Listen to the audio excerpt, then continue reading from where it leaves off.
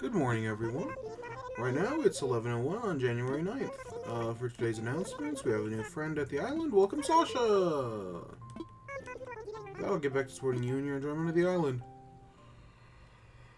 Oh, gosh. Oh, I'm tired.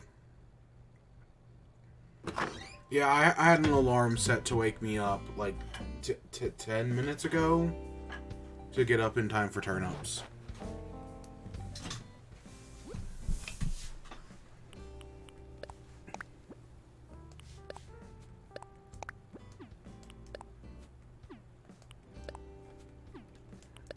God, where was I at? 91 this week.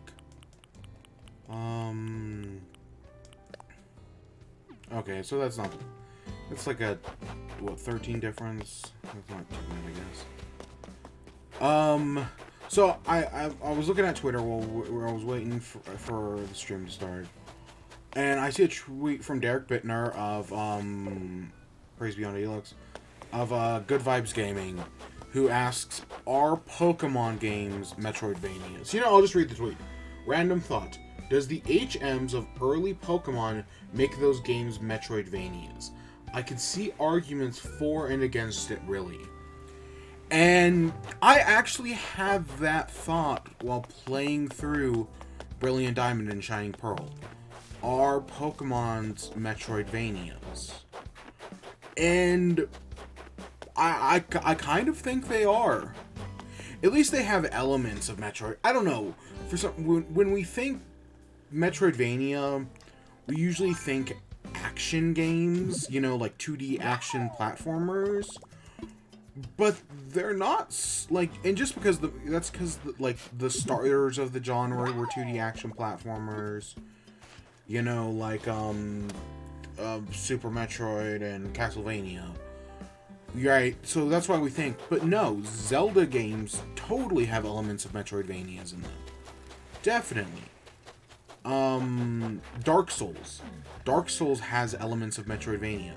Metroid Prime are 3D games.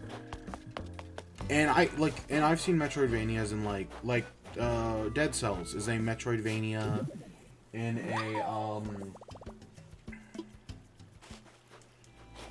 a roguelike mixed together.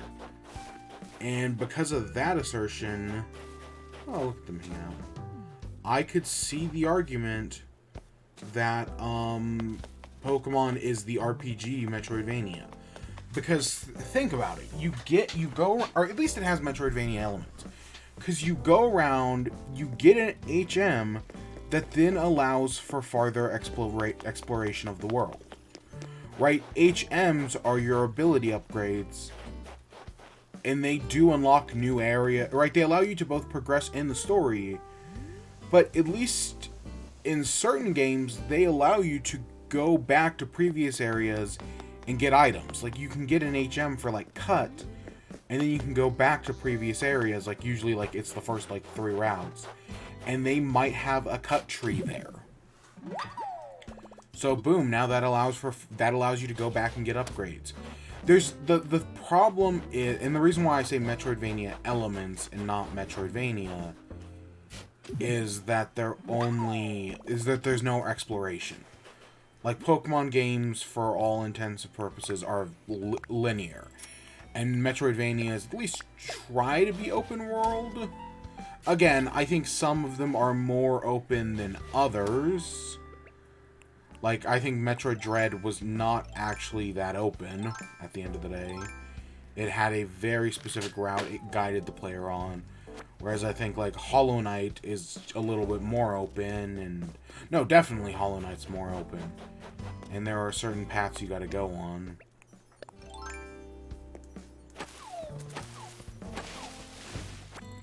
But yeah, no, I totally think Pokemon has elements of Metroidvania.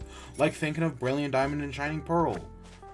You go through, like, I was going through the route with, Defog. Well, first off, when I did it in Brilliant Diamond and Shining Pearl, I didn't have the ability Defog at the time, right? But that was me being stupid and not knowing where the TM is, which does show that you can miss things, or the HM, I mean. You can totally miss things. Because I saw the first comment here, argues that no, as HMs are usually given to you to farther the plot, Metroidvanias require you explore and find hidden paths and secrets. See those dang glass alucards needed to see shafts and balls.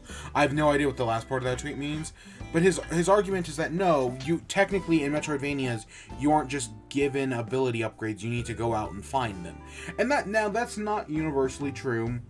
I know in Metroidvanias you do get ability upgrades for beating bosses, but you usually have to explore and find those bosses.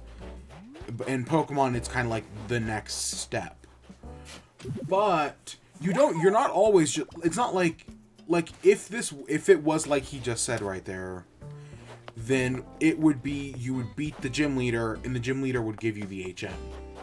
That's usually not how it works in Pokemon, or at least that's not how it worked in Brilliant Diamond and Shining Pearl. To get strength, you have to do the Ghost Tower. The Ghost Tower seems completely optional. Like, it's just something you pass by on your way to the third gym after you find out you can't do the gym in Hearthome? You can't do so once you find out you can't do the 5th gym, you have to just keep going, and hey, guess what? There's the next gym.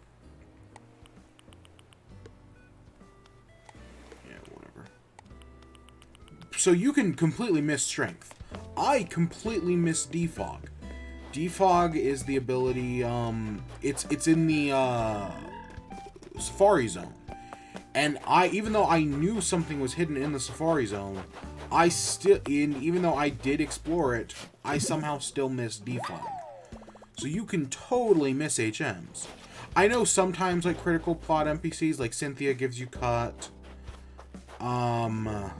Cynthia's grandmother gives you surf, I think. Oh, who gives you... Someone stupid gives you rocks. Oh, yeah, Rock Slide is just hidden in, like, the ice area behind some dude's house. Like, some guy's house in that ice area. You could totally miss it. I mean, it's not very subtly hidden, but it's technically there. It's technically not, like... It's just in some Pokeball on the floor. Rock Smash is, I think, one of the few ones, like, when you go into the cave. No, that must be Hard Home. I don't remember. I don't remember any of the town names. Jubilife. When you go into the cave after Jubilife the first time, you pass through and he gives you Rock Smash. But no, you can totally miss some. Like I said, you can totally miss Defog, and I know because I did. You can miss any of them technically. And I think the exploration element of that, you can go back. Like, I think, like, when I went back to the Defog area later, after beating, like, Cyrus and capturing Dialga and doing all that jazz, there was like, oh, hey, now I can come back here, and there's this new area where I can use Rock Climb and get, like, a new item. There's an area where you can use Waterfall that at the time, I didn't have access to. Yeah, no, I totally think there are Metroidvania elements where you can go back to previous areas and explore. There's shortcuts. Once you get cut after beating the second gym, you can just go back and skip the forest. Like the Eterna Forest, you can just completely skip with cut. You might need Rock Smash as well, but I don't think so. I think it just needs cut. And you can completely pass by it. It creates shortcuts in the world, and I bet there's probably items there as well. Nothing you ever technically need. Specifically because they give you Fly after the third gym. Which, again, feels super early in Gen 3. Like, I get why they changed it to I think it's the 4th gym. In in Platinum specifically, I think it's the 4th gym.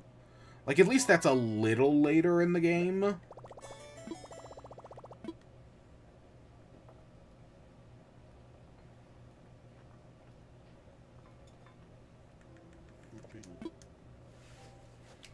But I don't know. I feel like that is a problem that modern Pokemon has of giving you Fly too early. Like, Fly was like a reward for doing well in the game that allows you to go back to previous routes, catch previous Pokemon. It saves you time. I think it's Like, it should be a reward, and it should feel like it. But in most modern Pokemon games, or specifically, not most modern, specifically, the Sword and Shield, you just start off with Fly. And that makes it feel like way less than passive. God damn it, that's like the 10th time I've gotten the wrong signpost. But that's just my thoughts on it anyways.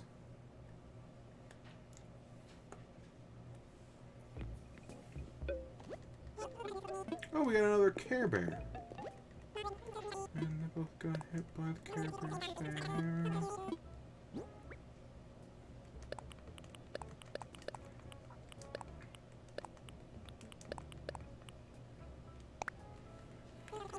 But yeah.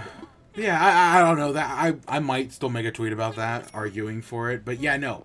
I definitely think Pokemon has Metroidvania elements. Or elements that we have now qualified with being Metroidvania. I think the reason it's not a Metroidvania is the lack of like exploration. And in an open world Pokemon game where there are certain areas you can't go to because you're missing like HMs, which again, they don't even have to, like, I hate HMs. I feel like the way modern games have been, or at least I feel like the way Sun and Moon and Brilliant Diamond and Shining Pearl did it, where you're still getting HMs, they're just like on an app on your like phone or whatever, or your Pokédex, is way better. Like the fact that you don't need an HM Pokemon, I think frees up 1 to even 2 slots on your team, and I think that's great. I know I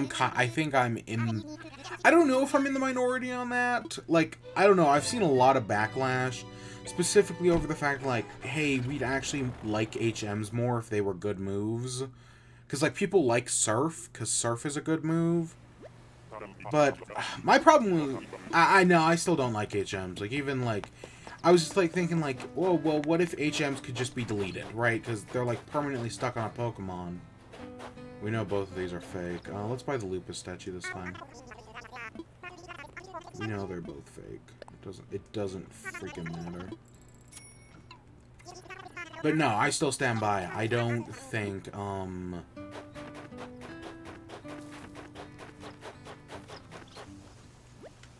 I don't care for HMs. Even have them, disposable? Nope, I don't think that doesn't change my opinion on it. I still hate them. And yeah, I feel like what the modern games did by giving you an app, or the ride Pokemon in Sun and Moon was so much better. And by just completely cutting them out of Sword and Shield. You did. I mean, I guess you just it felt like you were gaining progress. Like, as you get more HMs, you're like, oh, I'm getting more of these traversal techniques. And Sword and Shield, you get Surf, which is just a fancy bike. And that's it. You never need to cut down trees. You never need to break rocks. You just get a fancy bike. I feel like Sword and Shield went one step too far. But yeah, so Pokemon games have Metroidvania elements. And I'm sure that means other RPGs have Metroidvania elements as well. Like, I don't know, like Xenoblade Chronicles 2. I don't know, it's an interesting thing to think about. Oh, I was gonna go to work. Because we're gonna go stop by and put stuff in Nico's box. I don't plan on building a home.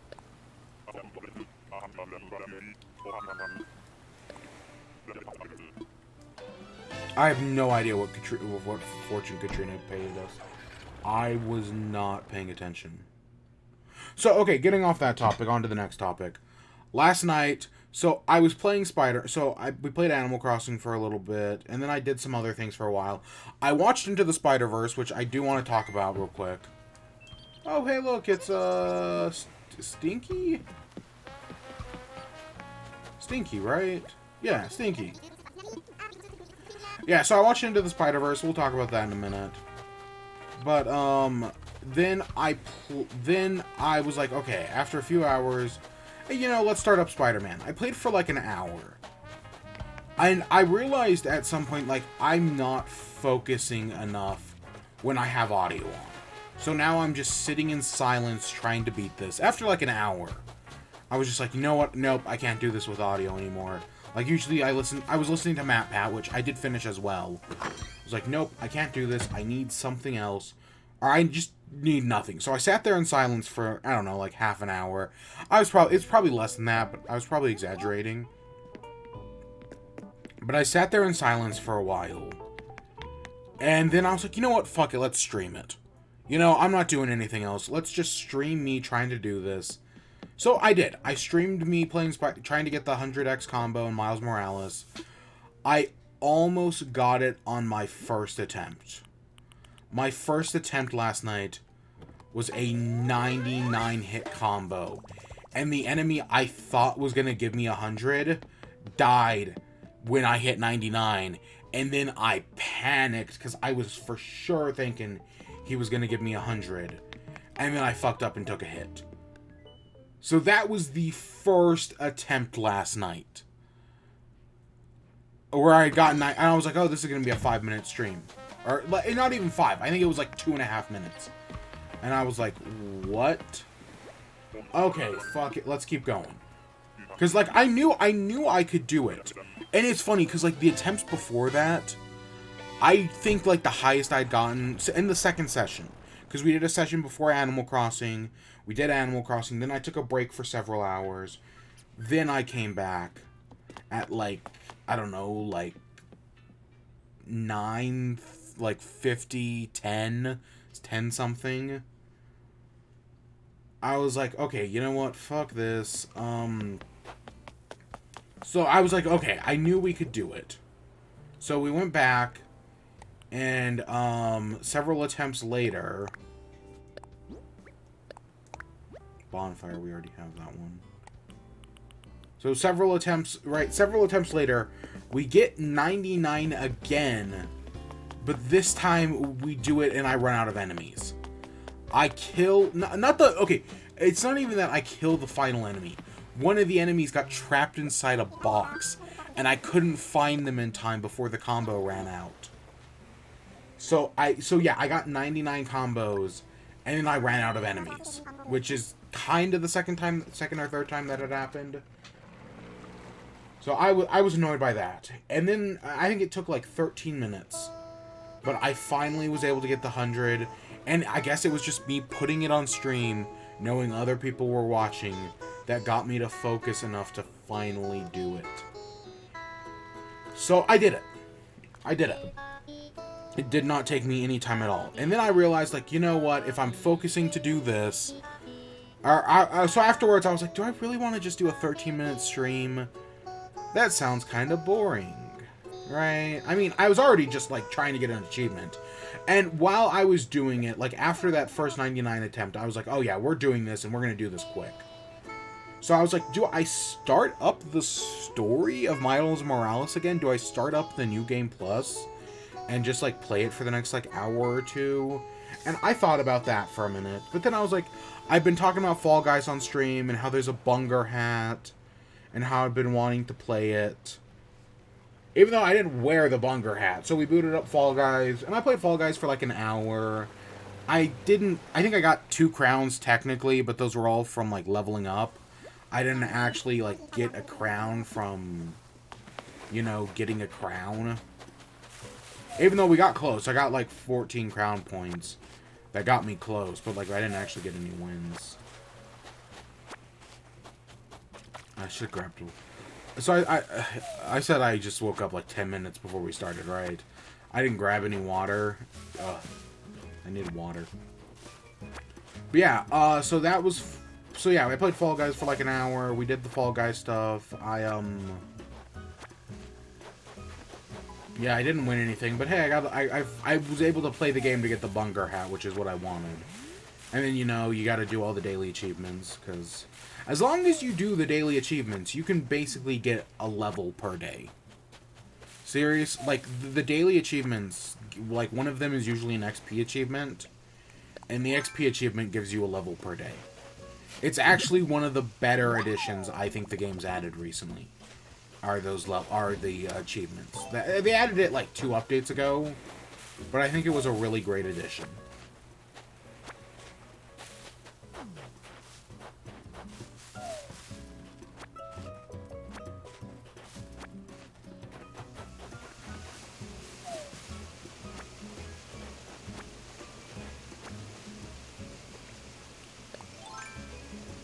Yeah, so that was just the impromptu stream last night. I don't picture those happening all that often, but hey, it happened last night.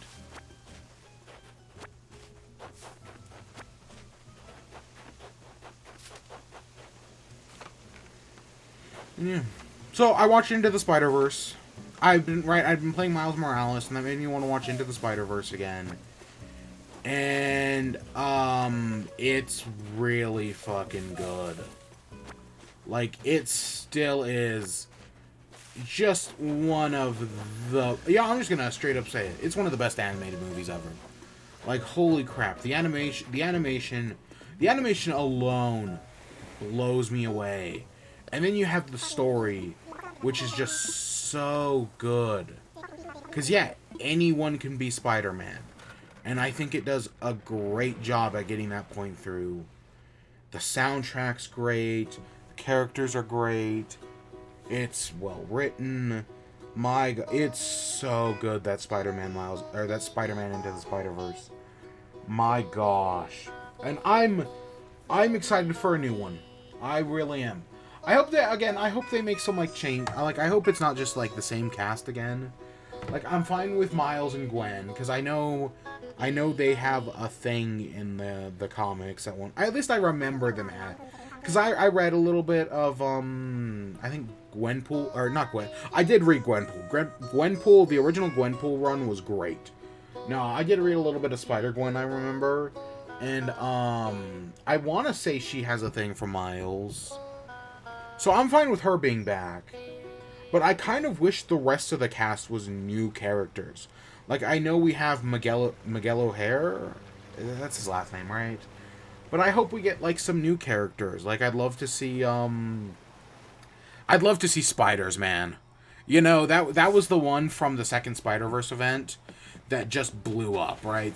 Where he's a bunch of spiders that ate Peter Parker and then thought they were Peter Parker. So he started calling himself Spiders Man. That was great. That's a great idea. I think it'd be interesting to see is Renew Your Vows was an alternate timeline, right? What was it? It sounds in my head it is.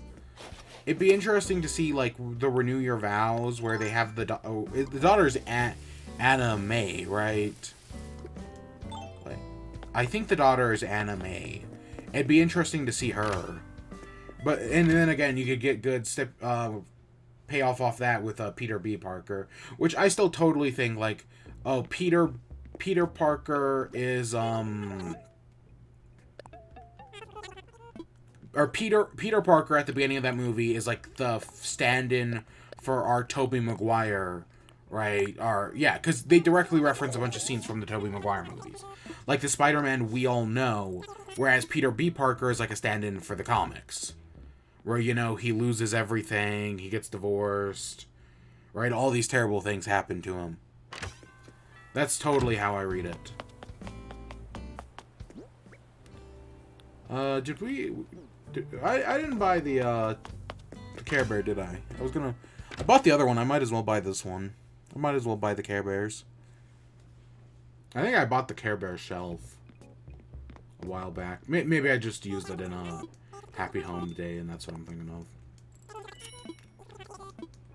But yeah, so yeah, that's where I left off in, so yeah, Spider-Verse. Really good. I'm not going too in-depth on it, but it's really good. Kingpin is a fantastic villain. I like all the different interpretations of the Prowler that we're getting. Because I know in the comics, if I remember correctly, he's just straight up a villain, right? Like, the Prowler is just straight up evil. And while he does die, he doesn't die in, like, this heroic sacrifice to save Miles or whatever. he just, like, straight up dies. Like, I think he dies trying to, like, kill Miles. Like, there's nothing, like, honorable about it or anything. No, it's actually kind of tragic it's, because, like, again, he's still trying to, like, kill him. If I remember correctly, I could totally be wrong about that. Again, that's just from things I've heard over the years about the Ultimate Universe. But in this one, it's like, oh, he's the villain, and then once he realizes, he, like, freezes, and then he dies, and he becomes the Uncle Ben moment. Whereas in the video game, Miles' father dies. Yeah, spoiler alert, Miles' father dies in the first game. Saving, does he save Osborn? I know Martin Lee, the Mr. Negative, attacks City Hall, and I think he dies during that. If I remember correctly, he dies during, like, when City Hall, because, like, City Hall is, I want to say they're doing, like, a thing to honor him and give him, like the key to the city or whatever, and he dies during that. If I remember correctly, it's been a while, so I probably don't have all the details. And yeah, that's his, like, great power, great responsibility moment. And, the Prowler is in Spider-Man Miles Morales. And I think they did him pretty well there as well. Like, it's different, definitely. And, again, I don't know how much I want to get into spoilers with it. But I liked the game's interpretation as well. All three of them are different interpretations. Admittedly, the game has more in common with the movie, but even still, they all seem to be different interpretations of the same character, and I like that. And then the Prowler is technically in,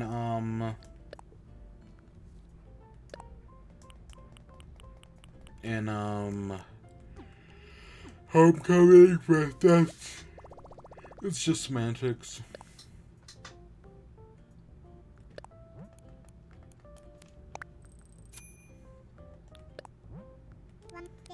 Okay, we had decreasing last week, so we'll buy 1 million in turnips this week.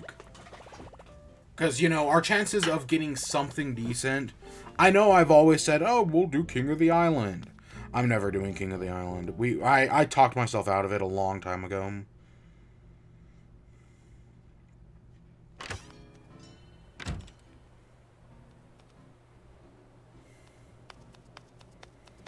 I mean, we could put up 2 million in turnips, but I don't know where I'd put them all.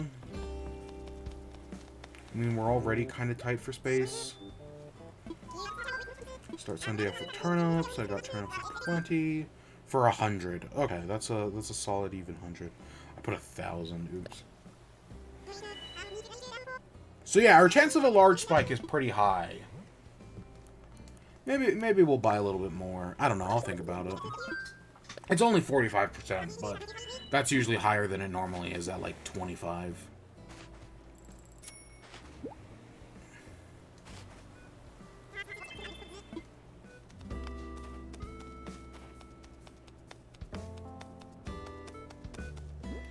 And we'll put turnips up here for the moment.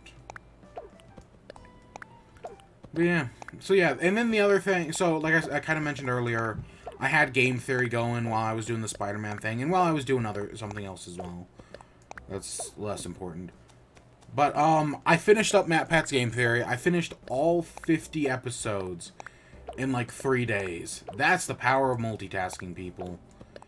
And, yeah, it's an interesting series, you know, like, I know Matt Pat holds a lot of sway in the community, and especially specifically on Scott. But, yeah, no, I think there's some interesting ideas. There was one episode I got to yesterday where he was talking about, like, where he gives this theory about, like, what if we're looking at this all wrong? And what if the crying child is, like, Henry's kid or something like that? And, or, like, there's something weird in there where he's like, okay, there's Orange Guy who, like, all of a sudden, like, for every game, Purple Guy is, like, purple. Well, okay, there's one exception where he's pink. But still, for, like, every game, Purple Guy is purple. and then randomly in Midnight Motorist, he's orange. Or at least that's what we'd assume. And, like, why?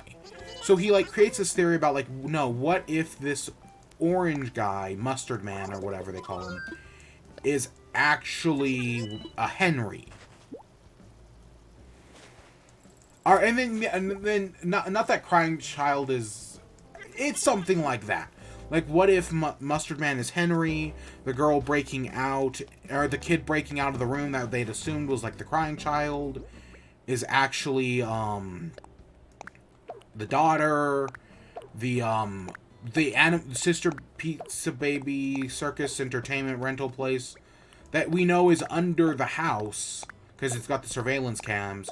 What if that's actually Henry's house? Because, you know, it's a lot of parallels to the books. But I find it fascinating. And then they never get brought up again. Right? Those ideas never get brought up again. But I find it interesting nevertheless. So yeah, so I watched all those. And I eventually, it's interesting as well, because I think I talked yesterday or the day before about how, like, the Crying Child, like, did we ever find out what was up with the Crying Child, like, which animatronic he possessed? And it's interesting to go from, oh, the Crying Child doesn't actually possess an animatronic, to then be like, oh, no, the Crying Child... You know, we're just gonna fill up all these paths. Screw it, I've got nothing. We're buying a bunch of turnips. The Crying Child doesn't represent... Or, like, it goes from the Crying Child is Golden Freddy or the puppet, to being, no, the Crying Child is Golden Freddy, to being, no, the Crying Child is actually Michael Afton, the protagonist, to then, eventually, at one point, he's, like, there's this, like, logbook or something that has, like, all these lore secrets, and he uses the logbook to be like, oh, well, hey, this tells us the Crying Child's name is, which is where we find out Golden Freddy's is Cassidy. And he uses the logbook to be like, oh, the logbook means that Michael has to be the same person as the Crying Child. But then later on, he'll use the logbook to be like, no, they're actually completely different people. Which I think is really interesting. How it, like, changes and whatnot. Oh yeah, we have 100, so it's a perfect round even number. And yeah, how eventually, no, the Crying Child becomes a separate entity, and then the Crying Child becomes Golden Freddy again. That because of stuff happening in, like, the Goosebumps style series, it becomes apparent that, like, oh, maybe there are two, maybe both Cassidy and the Crying Child are inside Golden Freddy. Like, both souls can exist simultaneously. And yeah. And I definitely see, like, I was fine with the I mean, my overall thoughts on the series kind of like going through all these and listening to all this stuff on the books. Yeah, you know, I was fine with, like, the sci-fi-ification of FNAF in Sister Location, where you have, like, these more advanced robots. I was fine with that. In some ways, I still am fine with that. But now, listening to, all, like, the book stuff... I knew we were going to do that at least once. Listening to all the book stuff...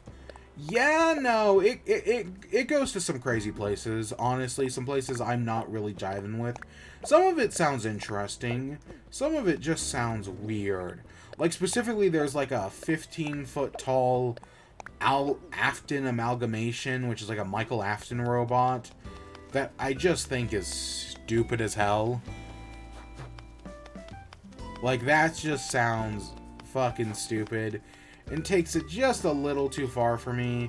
So yeah, I don't know. I think definitely, like, there's so much lore going on that the lore just had to get stupid at some point to, like, so that way it could do new stuff.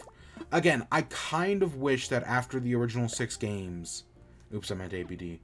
After the original 6 games, I wish they had just soft rebooted the series.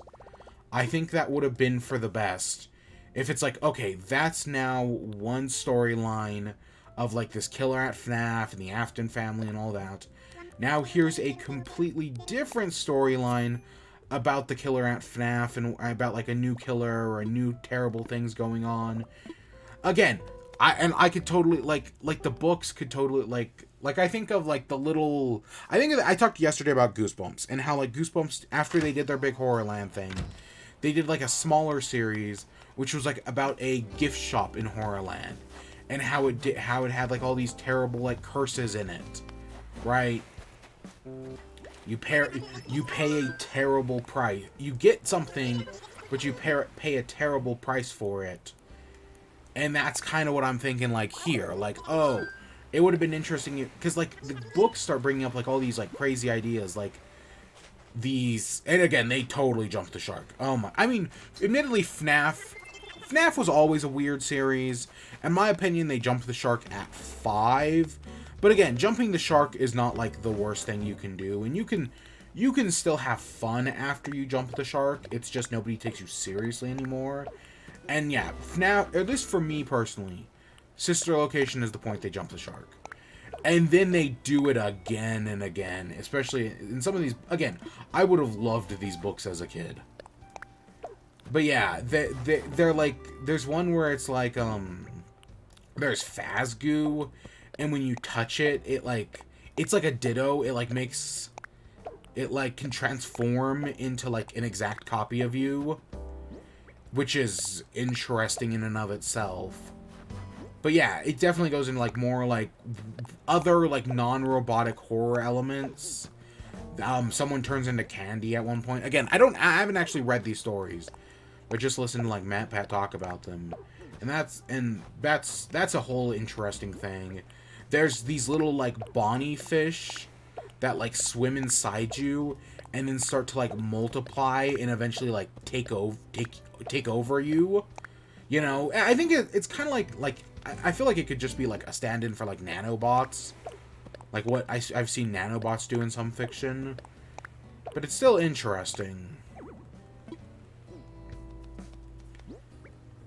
But yeah, they definitely like they could have totally done like a FNAF series that like is about like an evil like prize counter gift shop thing that does all these weird and terrible things, and like have this like Fazgoo, and yeah, it'd still be jumping the shark, but you could do like I'm sure there's like interesting things you could do with it. And Security Breach, while it seems like a buggy, broken game, I do think it's interesting. Like I feel like there's like FNAF is not fine art. Like FNAF is not The Last of Us. Even though, again, is The Last of Us fine art? It's complicated. I mean, yes, but it's complicated. FNAF is not trying to... FNAF is, again, like Goosebumps. It's not trying to be the pinnacle of art. It's just trying to be some good stories with some deep lore. Oh, and then one of the points that I really like that Matt Pat brought up is when talking about like the FNAF initiative to like help support indie developers make FNAF spin-off games. He brings, I think it was in that video, he brings up what's interesting about FNAF is that you'll play the game and like sometimes you'll find like something unique and it'll be like, did that actually happen? Like Golden Freddy. In the first game, when I played through it, I don't think I ever found Golden Freddy. That never happened to me. But I know other people it happened to, and of course there's all the videos. So it's like, oh, people share their experiences because people had different experiences with the same game. And I think that's really interesting. Because like one of the reasons I love Let's Plays of Minecraft is because everybody plays Minecraft differently. Everyone has a different experience because everyone does it differently. FNAF is one of the few creative open world games that allows you to do that. Like when you play FNAF, oh, you might see like a hidden like Springtrap image that like shows his face melting off or whatever. Or you might see Golden Freddy, or you might see this or that. Like in the default game, it's not going to happen to everybody, but it'll happen to some people, and that'll make their playthroughs unique. And yeah, I hadn't really thought about FNAF as that before, but that's a good point. That no, FNAF does work like that. Like people have unique playthroughs all the time. I like that. I think that's interesting. I hadn't thought about that perspective before. And then I got to the video where Matt Pat addresses the Scott Cawthon controversy. I did not know Scott donated, basically, so for all the money he donated to politicians, he actually donated equal amounts to the Trevor Project. Not only did he donate equal amounts, he donated more. Which I think is interesting, because Scott has donated, like, I want to say over $1.3 million for charity. And again, I value charity. I think that's interesting. And that, again, that's one of those things that makes the line more complicated. There was a piece I read years ago. I don't think I still have a copy of it. But it talked about rich people giving to charity. How, like, okay, the whole, again, like, there are certain things that, like, the U.S. government could solve both world hunger and U.S. hunger. And the U.S. government could solve homelessness in the U.S. for less than 1% of the military budget. There have been the Department of not infrastructure, one of the U.S. government departments did a study and found out that we could solve homelessness in the U.S. for less than 1% of the U.S. military's budget. Like, it would cost nothing. But capitalism needs people to fail. Because even though capitalism can solve all these problems, it doesn't. It's a system designed to make people fail. Some people, anyways, a percentage. Again, how many Americans live at the poverty line? Well, and if you make less than, I don't know what the poverty line's set at, but if you adjust the poverty line for inflation, kind of like we showed the minimum wage. I think the poverty line is if you make less than 60 grand a year, you're under the poverty line. Again, just adjusted for inflation. It's bad. But yeah, which is a lot of money. 60 grand is not an insignificant amount. And meanwhile, you have freaking Elon Musk, who has over, 200 billion or whatever. Yeah, it's fucked. And the fact that, there's more than one person with that. Because I know Jeff Bezos also has a stupid amount. But yeah, where was I going with that? Yeah, the fact that, Scott Cawthon, right, I still don't like his statement on, his, why he donated to who. I still don't like that statement. I still don't agree with that statement. I wish he had come out and said he does support his trans fans. Because, he doesn't, yeah, he kind of says that. And I know, Matt Pat in his video gets to the argument I'm always getting at. That, on one hand, people don't get canceled for their views on... For Scott's case, I always say the military-industrial complex and lower taxes, but there's a ton of other things schooling, public and private schooling is a big Republican issue that is actually personal based. It's more about that, right? But I always use military-industrial complex and taxes. Matt Pat looks at Scott's donations and is the thing Scott really cares about is the military-industrial complex, but specifically foreign affairs. Scott believes in a strong foreign powers and is pro-military, and everyone he donated to is pro-military. Now I should say that the Democrat he supported, I don't remember her name. If I remember correctly, she is a Democrat, but a lot of her policies line up with, because a lot of her policies are Republican. She's got some Democratic policies, sure, but she's got a lot of Republican policies. But I think that's also the problem with the Democratic Party as a whole. The Democratic Party is a party of the left-leaning right. The Democratic Party, there are people in the Democratic Party who lean left, who are leftists, but for the most part, especially the people in charge, like Joe Biden, Nancy Pelosi, they are right. They are Reagan-era Republicans, right? Joe Biden has more in common with Ronald Reagan than he does anyone who would be considered a leftist. like Bernie Sanders or like an AOC or whatever. Joe Biden isn't actually left. He's right. He's a very mild right. Like, he's like, if you take like the center and shift it like 10 degrees right, you get Joe Biden. He's not, I mean, maybe even more than that. Maybe it's like 30%, which is the standard Republican nowadays. You know, your Ted Cruz's, your Mitch McConnell's, your Donald Trump's are pitched up to like 110, right? They take the bar and they go way past it.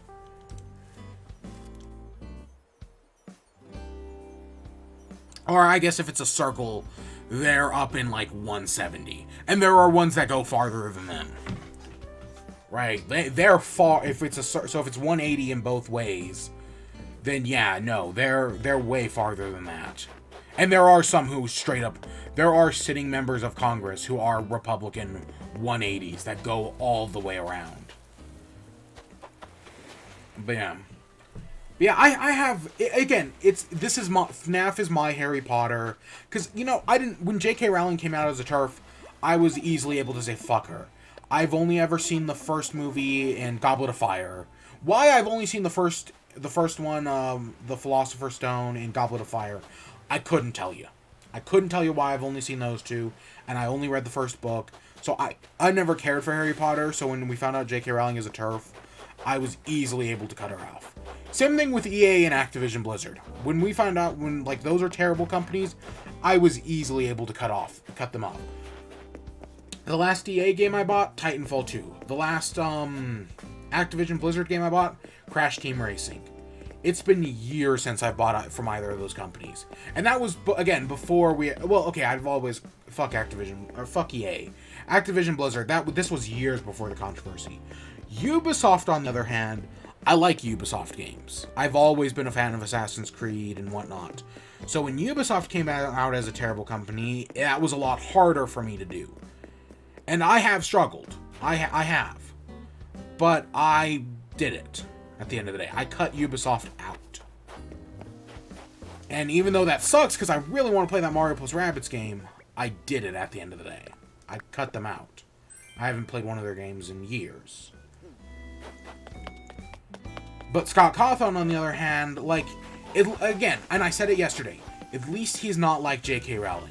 J.K. Rowling is using her power and her influence to try to get rid of trans people. Scott Cawthon's not doing that. He's just sitting quietly in the shadows using his money. Which J.K. Rowling is using her money in her platform. Scott's not using his platform.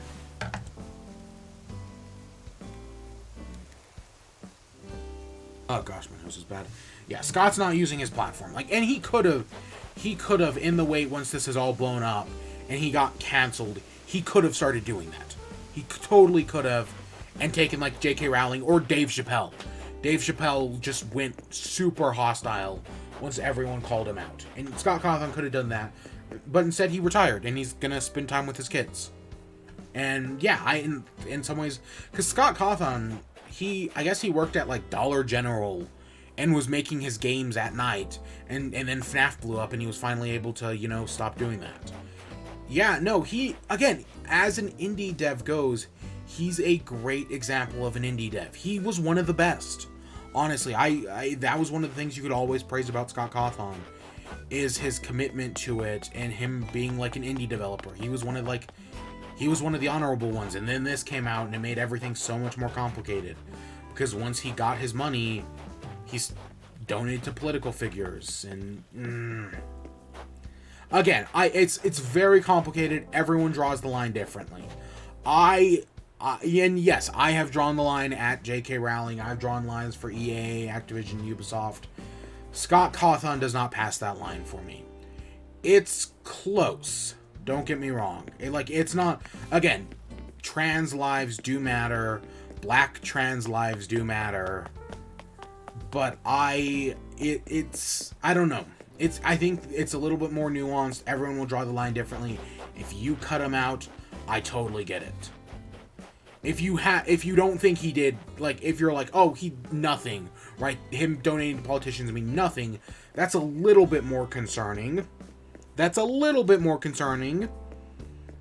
if you don't draw the line there, that's fine. Everyone does it differently. Again, I am cis Hispanic male.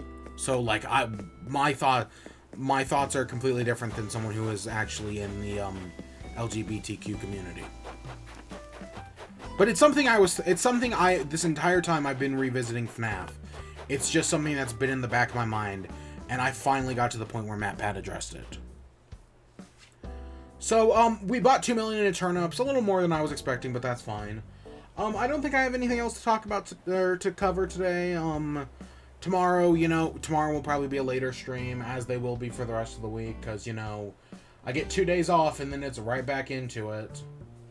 And then I gotta start playing Dark Souls at some point, which, God, I'm scared. I am scared to play Dark Souls, but it'll happen when it happens. Actually, no, we're gonna do one more thing. Let's go say hi to Sasha. I think they're still moving in, but let's go say hi to him.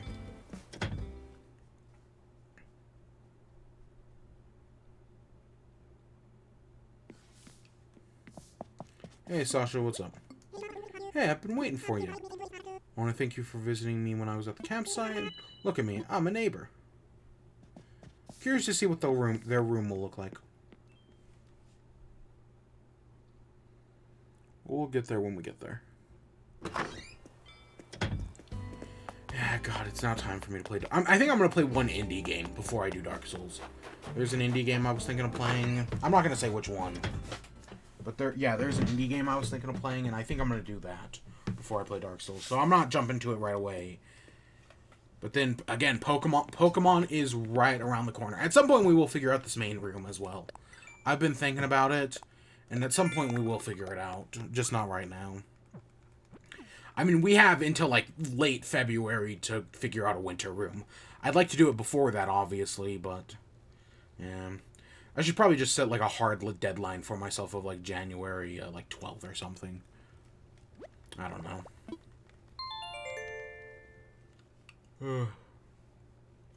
But yeah, I'm now done with MatPat's FNAF theory. Now what next 50 episode background series do I put on? God, there's so many options. And that's just MatPat's. Like, I know Daco does a bunch of stuff as well, and I wouldn't even know where to start with that one. I'm sure there's, like, a playlist or something.